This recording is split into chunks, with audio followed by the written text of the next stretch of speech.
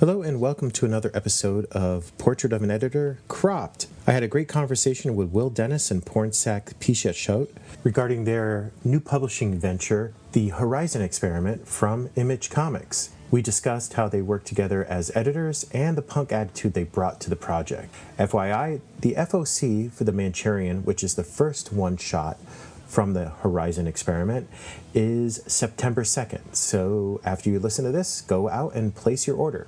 Enjoy. So Will and Pornsak, welcome back to Portrait of an Editor. I think this is maybe the fifth time I have talked to the two of you guys together. I should, before I start these episodes, I should just look back at it, but I've been doing this since 2017, and there's so many interviews I have. I don't even know what to do with them most of the time. So if anybody wants to listen to stuff from 2017 and see how the doom and gloom of the industry prior to COVID and where we are now, and, you can do a report working on, just what I've been collecting for Portrait of an Editor. But thanks, guys, for coming on. I wanted to have a quick conversation regarding the Horizon Experiment. Pornsak, let's get the dates out of the way of like how people can go about getting these for, I guess, in coming up. The first release is this. I know everything starts in the fall, so you're looking at September 25th. But how can people make sure they get a copy of the Manchurian, which is the first release? Yeah, so what the Horizon Experiment is this series of 5 one-shots, and they're 5 one-shot pilots, and I kind of made the same challenge to all writers of color who are high-functioning and successful sort of in their own field, and it's basically give me a protagonist of color setting it in a popular genre, but if you change the background of the character, the whole series change. And from there, we've got 5 one-shots, one about a Hapa, half American, half Chinese spy working covert missions here in America, one about a Muslim exorcist, the other about East African werewolves living in Miami, another about a Army of Darkness or Evil Dead for blurs, black nerds, and one last one about a reverse Indiana Jones that steals from museums and brings them back to their steals artifacts from museums and brings them back to their native culture. And so each one of these one-shots are going to roll out one per month. The first one, the Manchurian, is one I'm writing with sort of like, I kind of consider him like comics royalty Terry and Rachel Dodson. I call the Manchurian, about a Chinese American James Bond, for all intents and purposes, doing secret missions out here in America. And that comes out September 25th. And the FOC is September 2nd for that. Do you have, and then everything rolls out every month? October, I see what is October, November, and December, and January is Finders Keepers is the month. So just look out, and it's Image, right? Yeah, it's coming out through Image, and and we'll be rolling them out one every month. October is with Saber Prasada, who's done a bunch of work for Marvel Studios and Lucasfilms on their Ms. Marvel Moon Knight show, and he's working with Michael Walsh, who's done Frankenstein for Skybound and The Silver Coin. He's probably the best like contemporary like horror cartoonist sort of working, and they're doing The Sacred Damned, which is about a Muslim John Constantine for all intents and purposes. Then November rolls around. We have Moondogs, written by Tananarive Due, who's sort of the Octavia Butler of horror. Her latest novel, The Reformatory, has been winning all sorts of awards all over the place. And she was really excited to do comics. It's her first sort of solo feature comic that she's doing with this new artist who started off, I first saw her work in IDW, and she's just been working constantly, kind of a superstar since then, this English artist by the name of Kelsey Ramsey. And her stuff is fantastic. And that's about East African werewolves living in Miami. And it's kind of about being a minority within a minority. After that, that's November. In December, we have Motherfucking Monsters from Jay Holtham and Michael Lee Harris. Jay comes as a writer, co-executive producer of The Handmaid's Tale. And Michael Lee Harris is this amazing, really unique indie cartoonist that Will found, and his stuff is unlike anything I've ever seen. It does stuff with comics grammar I've never seen done before, which is super cool. And then in January, we have Finders Keepers with Vida Ayala, who's by far the most seasoned sort of comics writer. I mean, they've written more comics than I have. and working with Skylar Patridge, who's also going to be is on her way of being a superstar. And that is comes out in January, and it's about reverse Indiana Jones. Thank you for that lowdown. I mean, my first question, really, because why are you guys talking about on a show about editors, is that you're back in editing and you got Will. Yeah, Here's you're co-editing with Will. What I'm was making his life hell on a monthly basis. well, I guess my first question is like, couldn't you just monthly, daily? Yeah, fair. daily? You got the Dodsons working on a book with you.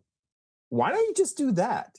Why is it, you're writing in LA, and the focus, your creativity, you got one mindset, you're writing, you're just writing, and you did The Good Asian, now, Manchurian. Why? And you got your connections to Image, and you got Will, who was probably willing to work with you again as an editor. Goes day by day, hour by hour. Why the decision to sort of take on more things? Because we all know how difficult it is to get a book out and stuff. But just to sort of, did you want to flex your muscles as an editor again? Was there something about this idea that was, obviously from what you've talked about, it is a little bit bigger than your point of view? I guess, why take this on? Why both of you take this on? Because you are now dealing with, I know, you're dealing with a lot of different people and trying to get the sausage made and get these books out, which is a lot more than just sitting down and writing for 3 to 8 hours a day, basically. Yeah, I think it's a lot of all of the above, I think there's a part of me that missed editing and working with different writers.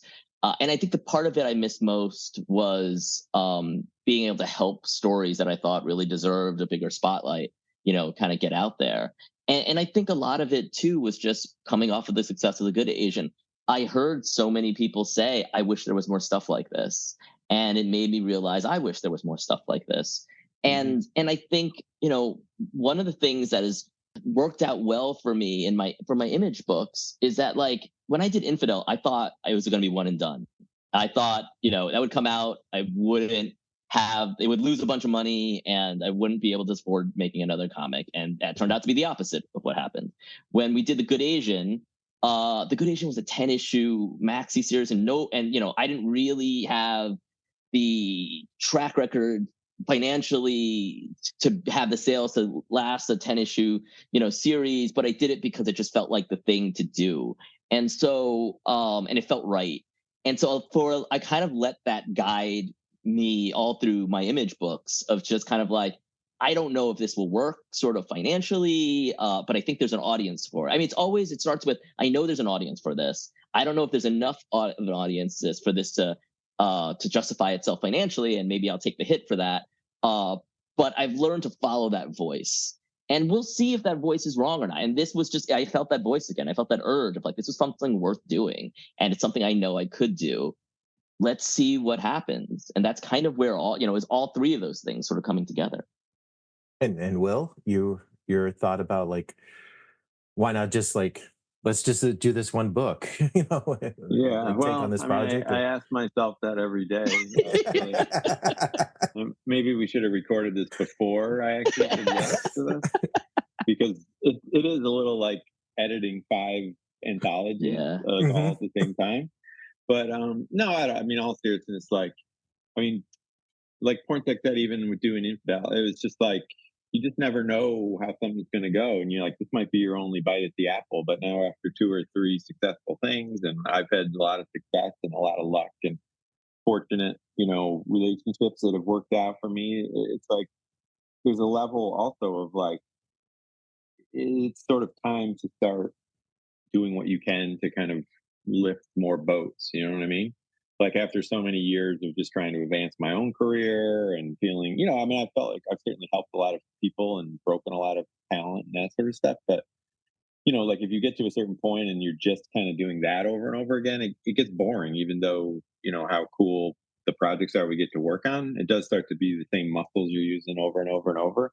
So, I think there's a part of that. I mean, our discussions leading up to it were definitely that, where it's like, Pornsak had been hearing all of this when he was out doing Good Asian publicity, and people in general talk about it in circles about we need more of these voices, we need more of these stories, and it's like you have to kind of put your money where your mouth is, right? Like if we're not going to do it, sure as hell no one else is going to do it, clearly. So it's sort of like it just feels like, you have this platform, you have this reputation, and it's kind of nice to, be able to do stuff that's a little outside the box and hope that people will follow along with you, and there, and there's clearly there's people, these creative people in all these different media that, we should be bringing into our little world, whether they're writing novels or working on TV shows or movies, there's a lot of people out there that, have cool stories in them. So yeah, when Pornsak said, this is his idea and he wanted to try to do it, I was like, yeah, man, like whatever you need, let's do it.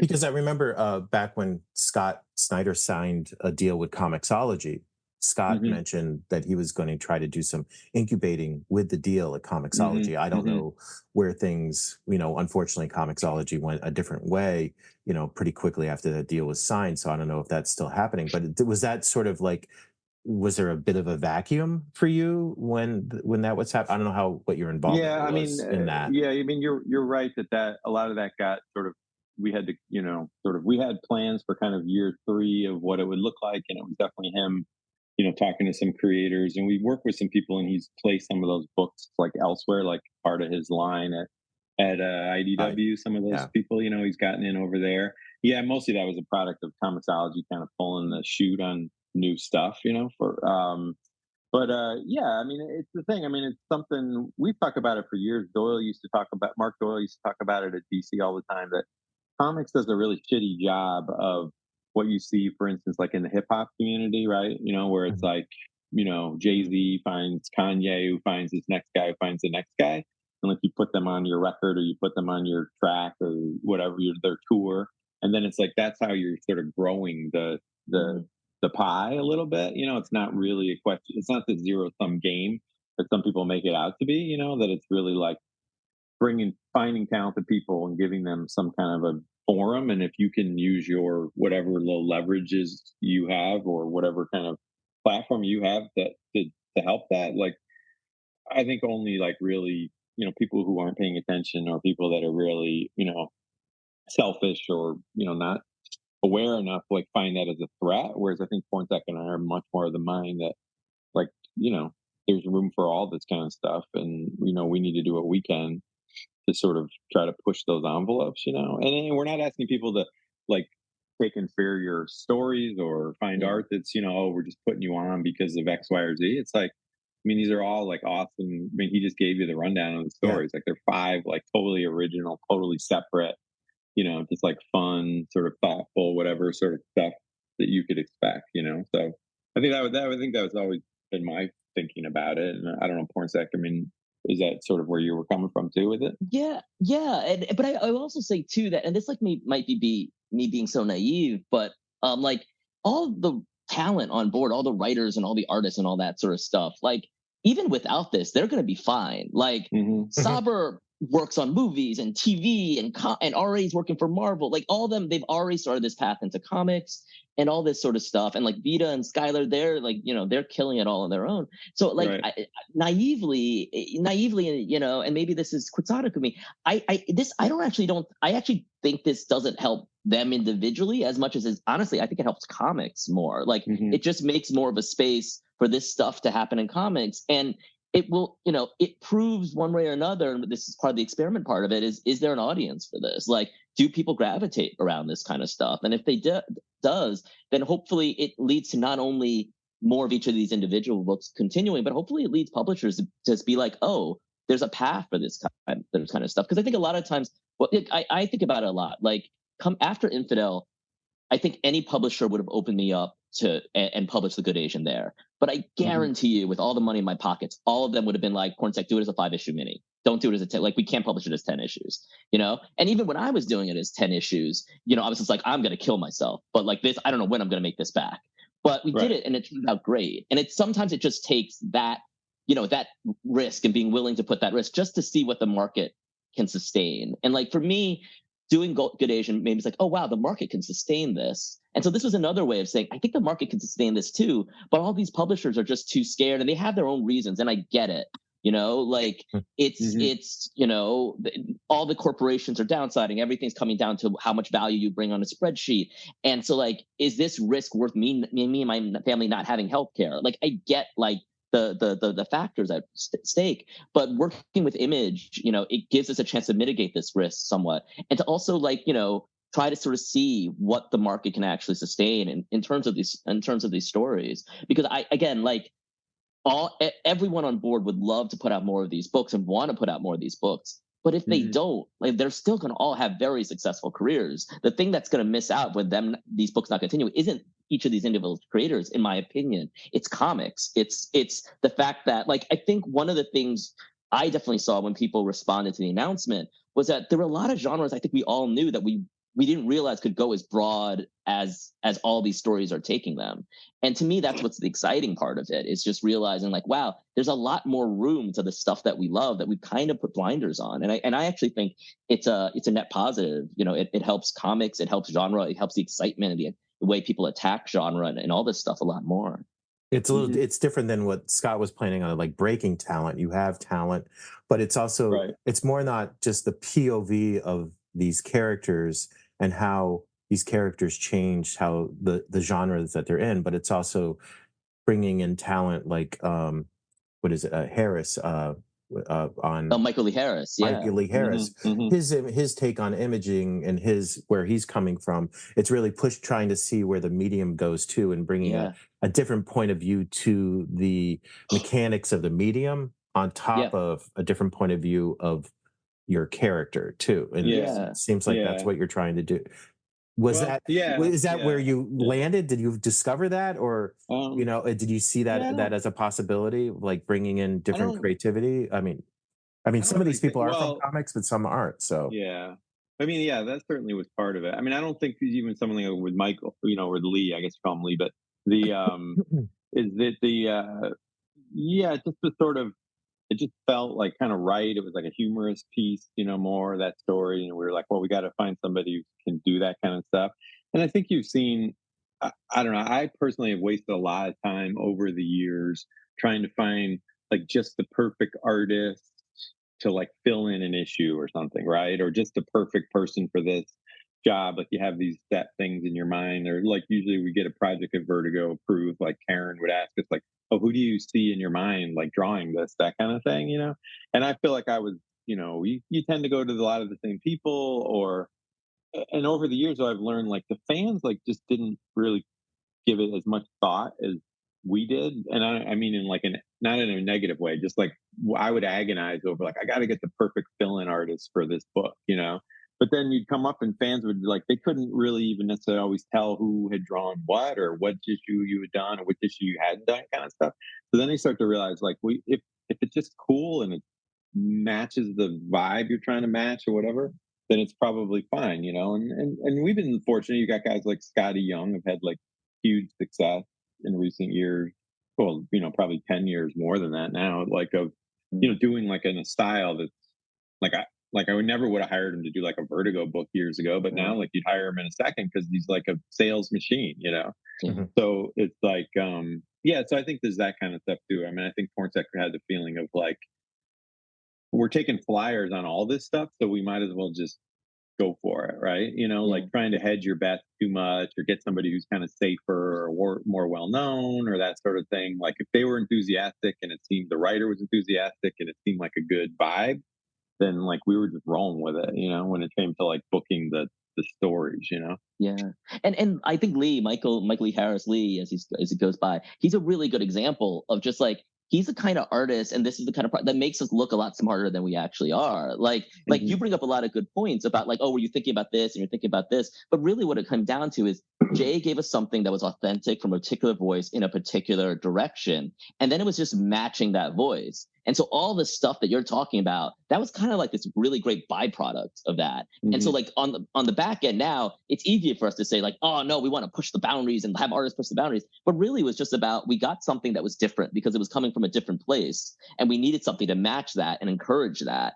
And then as a result, we come out looking really smart now, being like, oh, we were able to get someone who's like doing interesting stuff with the medium of comics. When it started from a place of like, let's just start this from a voice that we're not used to seeing and see what happens from there. And I think you can see that in all the books. Like everyone everyone was really excited to, one of the things that happens is, when you're, especially if you're a person of color, you're working in Marvel and DC, well, then you've got to work on their sort of like characters of color, which are always like second string, third string characters. And this conversation is always like, how do I take this lame thing and make it cool? And that's always your starting point. Whereas what we were sort of given here is just like, you're not at the back foot anymore. Like you can lead with your best foot forward. So leading with your best foot forward, what do you want it to be? And that's all the difference a lot of times, because a lot of times, like, again, you're going to Marvel and DC, they've got a character that's created in the 70s, and you're just like, how do you're working in this mold, and you just don't have the freedom to do so many things. And I think so many people, when given the chance and be like, oh, I have all this freedom, they just really went with it. And I think that's the other exciting thing. And you can see it on the page in every aspect of the project. There's been like a fun quality to it too, which is so often missing, Well, that's like what I was going to ask you. This job should be fun, right? Like at the end of the day, like this is a cool job, and we're lucky to have these jobs, and they should be really fun. And at times they have been fun in my life, but I would say more recent years, like they're a lot less fun than they could be, sort of, and some of that's just, the nature of the world we're in and what's gone on in the world in the last like 5 or 6 years, and some of it, but yeah, it's just been kind of fun. Like, it's just been like, yeah, this is cool. Like, it was really important to Jay to find like an African-American artist to draw this, and then I sort of knew Lee because he's a SCAD guy. So I knew him through like the SCAD connections, like Ariella, Philip Stevie, and some of those people, so I had met Lee through that, and, like kind of knew what his style was and stuff. And, but it just felt like it was just real. It came together real fast. They all came together really pretty quickly in terms of the teams, and then it's just like people, and, we get the, the notes back from people, and it's like, there's just this really like enthusiastic vibe to everything, like even if, Pornsak and I behind the scenes were struggling sometimes to, do a lot of the, notes or things that go sideways, typical things that people don't even really need to know about.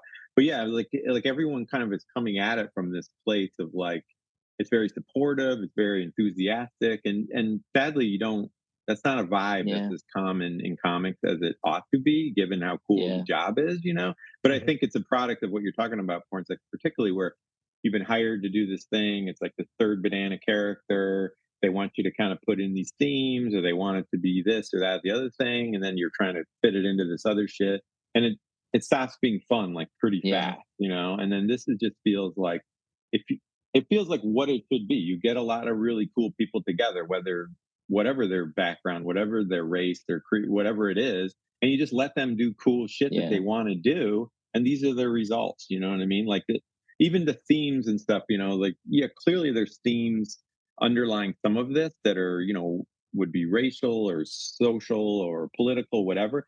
But you can read them all and just enjoy the hell out of all of them. Just as cool stories. It's like a Muslim John Constantine. Like what else do I need to know? Like I'm sold on that. These are Indiana Jones, like stealing artifacts out of museums and returning them to the proper cultures that they belong to.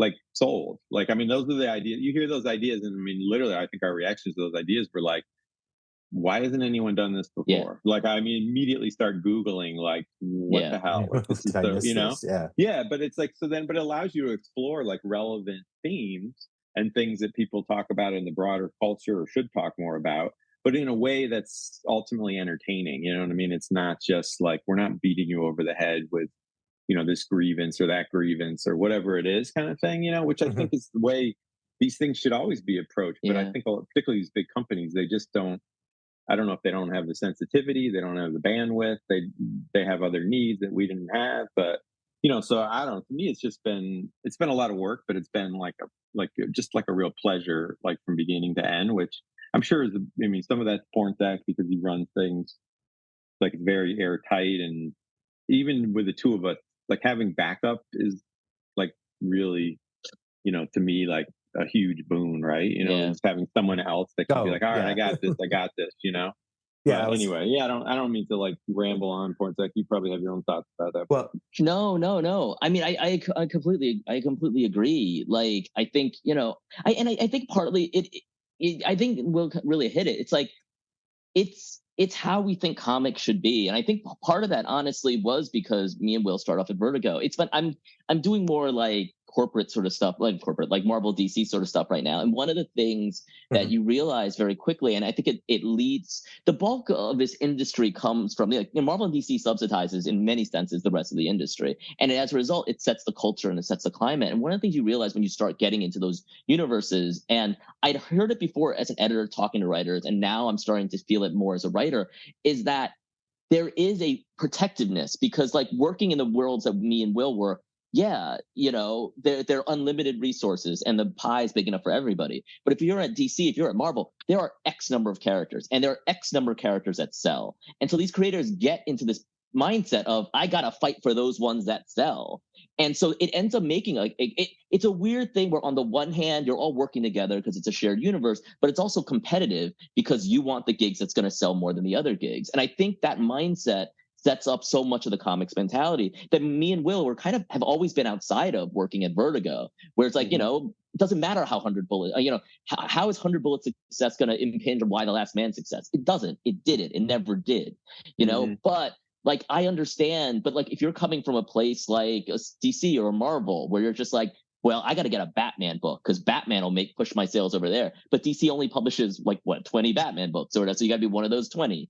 Like, that mindset starts this competitiveness that does make comics feel like a zero-sum game. And I think, like, one of the things that's just been, great about this, and is that, like, nobody's taking it with that, spirit. Everyone here is just happy and proud to just work on, something new. Like, guys like Michael Walsh and Terry Dodson, who, they've done so much and they're doing so much. And, like, everyone wants to work with them. That's part of the spirit of why they're here. And it was really, really great to sort of see working, but it's also been really great to see in the response. Like, I was blown away by how enthusiastic the response to the launch was, with people like Bendis and Jeff Loeb and, like, Frank Quitely kind of, like, weighing in and being like, this sounds so cool. Like, I think everybody in some sense is feeling that energy. And I think part of it is this energy of just, like, it isn't a zero-sum game. We're not treating it like a zero-sum game. And it is something that we do take, like, the rising tide will lift all boats. It's really interesting that you say that, there's only a certain amount of characters in Marvel and DC that will sell, because that's what Vertigo proved wrong at Yeah. its height, that they could take anything from, I don't know, the Creeper or whatever, and do something interesting, or Yeah, the losers, the or losers, yeah, I see unknown your soldier, unknown or Yep. soldiers, Human and Target. and human you, target, right? and it goes back to, like, the idea. I always remember this thing, like, of comics, where Warren Ellis said it's, wild ideas. Yeah. If you're not pushing wild ideas in comics, in the medium, because that's the one medium that can really make those real. Because if Yeah. somebody can draw it, somebody can imagine, and then somebody can draw it, it's there, and you can execute on it. And I think these corporate comics forget about that, or are Yeah. afraid of the real wild ideas. And here you guys are now able to sort of push this idea where you're like, you mean nobody's done a reverse Indiana Jones, really? And I could see, Yeah. almost see Indiana Jones doing that. This belongs back. Right, right. But I mean, it doesn't take much to, like, do that. And it is a real thing about our world too, of how these pieces end up in the museum. And it's interesting that nobody's sort of, like, up till now has done that. Yeah. And stuff. I mean, so are you guys working? I mean, you're just having fun. I think you've mentioned it already. Yeah. Are you having fun was one question I was going to ask, and it's working together again, because you've never worked on edited books before together, but you worked in the same office. Yeah. I mean, I feel like I've assisted Will before. Yeah, Like, you were on the losers, and then I think one of the Oh, first you were on the things, losers. Okay, that was a like, long time ago.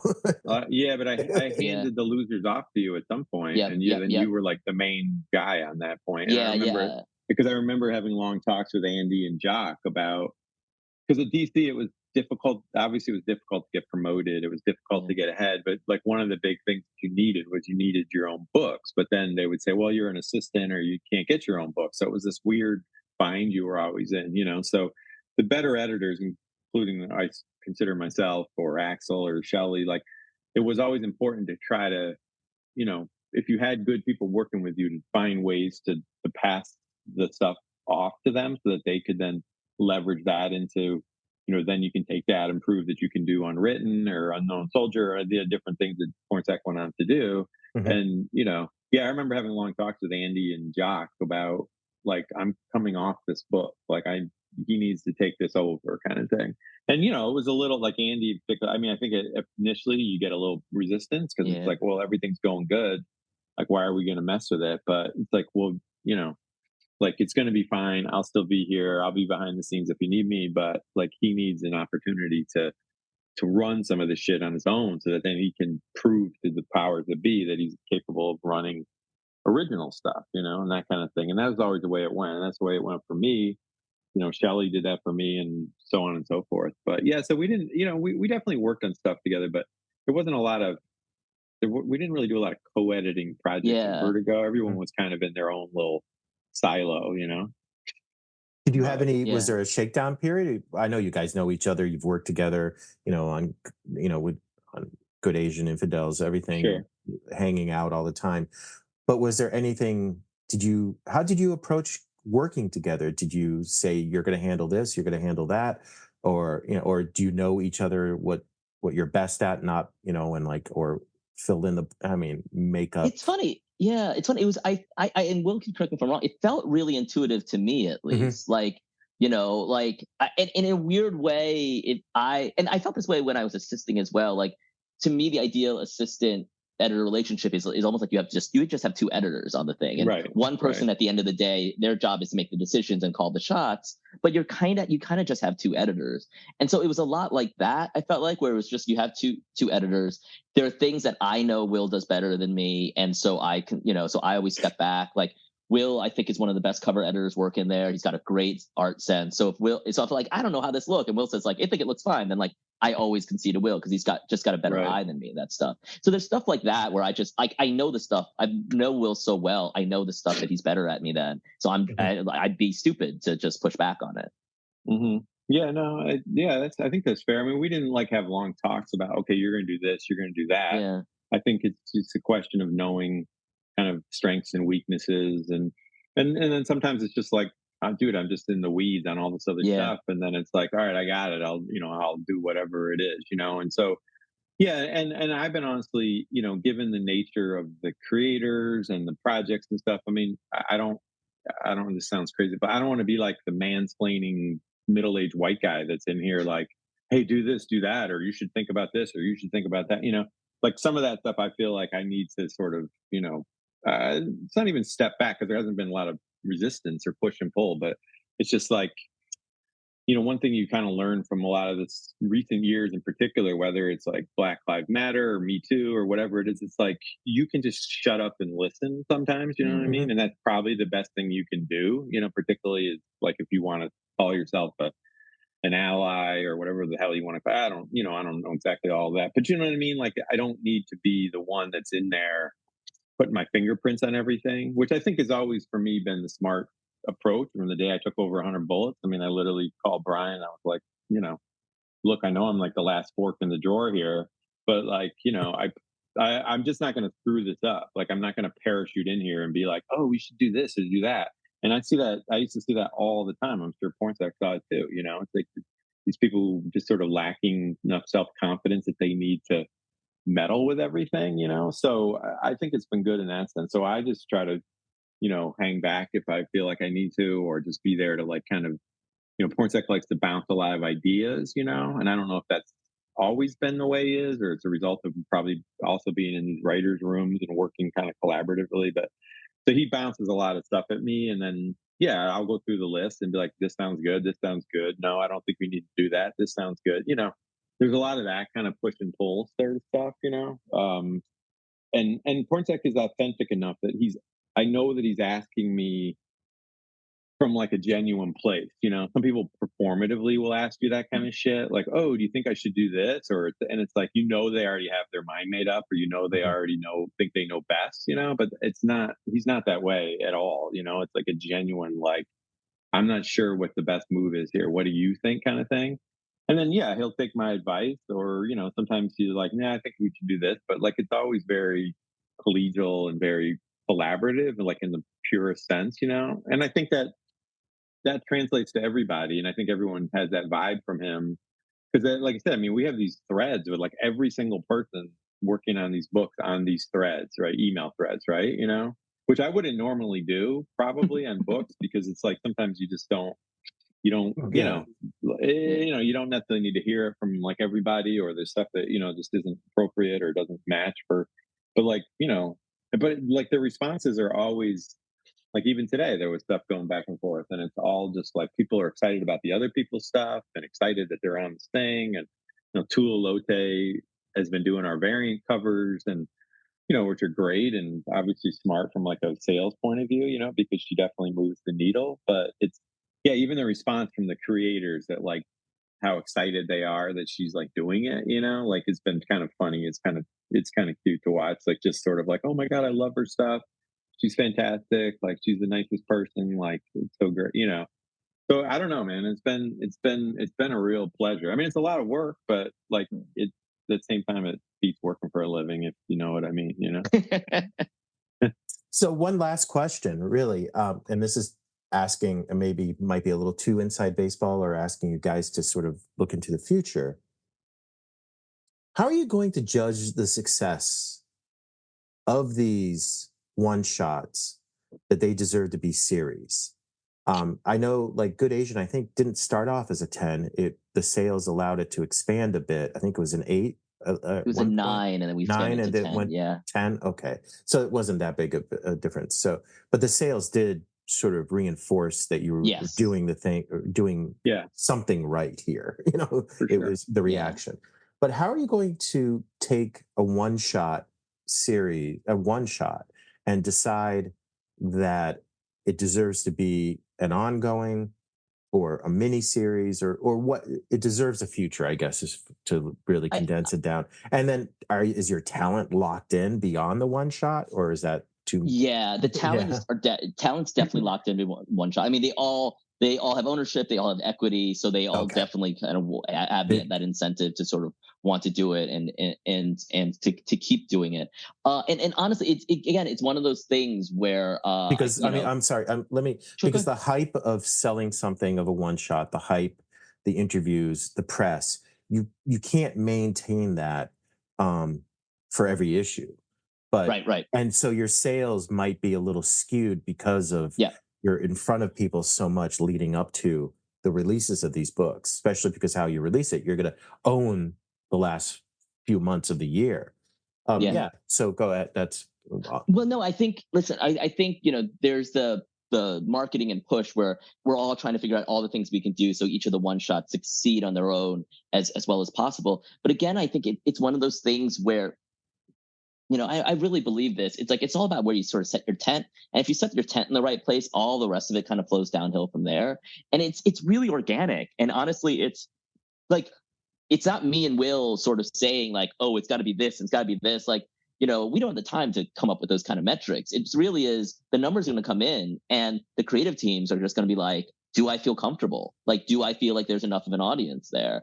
And they're really going to, and we have a suggestion for them to be like, listen, probably the best thing to do, follow up with a 4-issue mini. You put package all up together, you get a 5-issue tray and out the door. But it's up to them to do sort of whatever they want with that sort of stuff. And I think, they'll get the numbers, we'll get the sales, and we'll take a look. And it's really gonna, because at the end of the day, it's they own it. They're gonna have to finance it or co-finance it or whatever the case may be. So they have to feel comfortable with all that sort of stuff. So we'll see it as it comes in. And like I said, like, part of the thing, and as I've been doing these interviews, I've been sort of realizing it, is that so much, I think sometimes a lot of stuff like this doesn't happen because people get paralyzed too much by the questions of what happens next. And I do think part of this is like, we're just going to try this. And we don't necessarily have all the answers of what happens next. We have the people who have the goodwill and are willing to do it, and they want to do it, and the desire is there. But do we have the exact number it will take for every different creative team to feel comfortable doing this as a thing? No, and we won't know until those numbers come in. And just to sort of see, And it'll come down to like, what was the experience like? Do you want to do more of this? Like, we've got a lot of people here who work in other industries that pay really well and are really sexy, and they're doing this out of love and out of fun. And so part of it, and you can see it on the page, I think Will's mentioned multiple times, and I think a lot of it for them is like they want to do more of all this stuff. Like all of them are committed to doing more of this, and it's just about, well, what was the response looks like that makes it worthwhile doing more of it, and each one's going to have a different answer. Yeah. Yeah, and it'll come down to things even like scheduling and stuff, probably, who's available, who's not.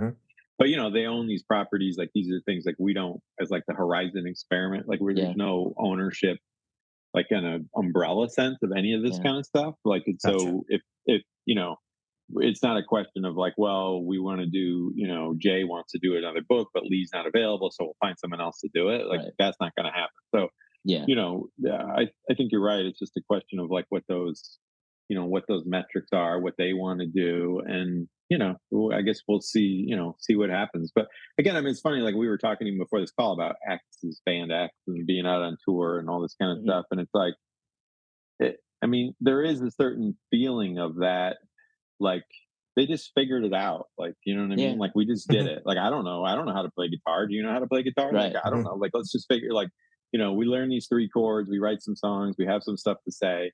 We get our friends together, we go out on the road, we play a bunch of shows, and now here we are, like 50 years later, like still doing it. You know, like I feel like, and so much of that, and I feel like for probably decades in comics, there was a little more of that attitude. And even if you were working for big companies, just the idea of like when you go back and read, I mean, Francis, you and I have talked a lot about classic comics, you know, Claremont, X-Men, or Lee Kirby, Fantastic Four, whatever.